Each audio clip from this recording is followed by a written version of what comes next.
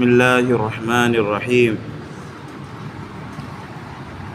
అల్లాహ్ తాలా ఖురాన్లో చాలా దగ్గర స్వర్గం గురించి కూడా చెప్పి ఉన్నాడు, నరకం గురించి కూడా చెప్పి ఉన్నాడు.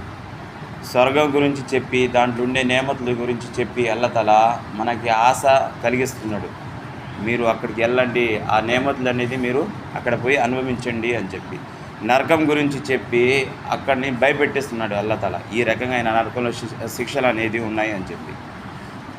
అవి రెండు అల్లాహ్ తాలా ఖురాన్లో చాలా దగ్గర చెప్పి ఉన్నాడు. అవి దాంట్లో నుంచి కొన్ని తెలుసుకుందాం మనం.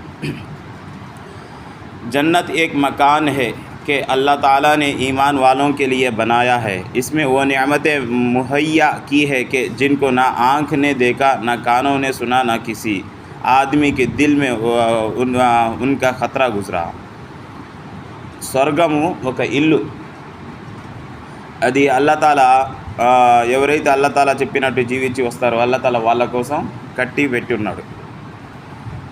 దాంట్లో ఎట్టటి నేమతులు ఉన్నాయంటే ఆ నేమతులని ఎప్పుడు ఏ చెవి కూడా వినలేదు, ఎన్ని నేమతులు ఉన్నాయి, ఏ కంటి చూపు కూడా చూడలేదు. అంతెందుకు ఎవరి మనసులో కూడా ఆ నేమతులు ఎట్టున్నాయి అనేది ఆ ఊహ కూడా రాలేదు. వచ్చినా కానీ దానికంటే హైలైట్గా ఉంటాయి. మనం ఎంత ఊహించినా కానీ దాంట్లో నేమతులు ఈ రకంగా ఉంటాయంటే మన ఊహకు కూడా దొరకదు. అట్లాంటి నేమతులు అక్కడ ఉంటాయి.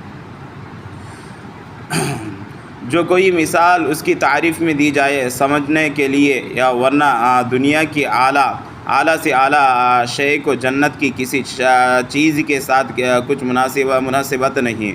वहाँ की कोई औरत अगर ज़मीन की तरफ झांके तो ज़मीन से आसमान तक रोशन हो जाएगा और खुशबू से भर जाएगा, और चाँद सूरज की रोशनी जाती रहेगी, और उसका दुपट्टा दुनिया व माफिया से बेहतर है. స్వర్గంలో అల్లాహ్ తాలా ఏ రకంగా అయితే భూలోకంలో పెళ్లి చేసుకోవడం అవసరమో అదే రకంగా అల్లాహ్ తాలా కూడా స్వర్గానికి పోయిన వాళ్ళకి అల్లాహ్ తాలా ఒక్కొక్కరికి 70 మందో లేకపోతే 72 లేడీస్ ఇచ్చి పెళ్లి చేస్తారు.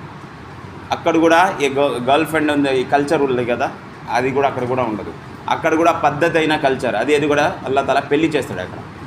దాంట్లో నుంచి ఒక్క స్త్రీ మన ఆకాశం పర్దల నుంచి పక్కన జరిపి కొద్దిగా తమ రోష్ని, తమ మెరుపు కొద్దిగా భూలోకంలో వేస్తే ఎట్టవుతుందంటే ఈ భూలోకంలో ఎంతైతే చీకటి ఉందో మొత్తం తెల్లారిపోయేటట్టు ఉంటుంది, మొత్తం రోషని అయిపోతుంది, మొత్తం వెలిగిపోతుంది. సూర్యుడు తన వెలుతురు ఆ లేడీస్ వెలుతురు ముందు తెల్లపడిపోతాడు. సూర్యుడు వెలుతురు ఎందుకు పనికిరాదు, అంత వైట్నెస్, అంత వెలుతురుగా ఉంటుంది.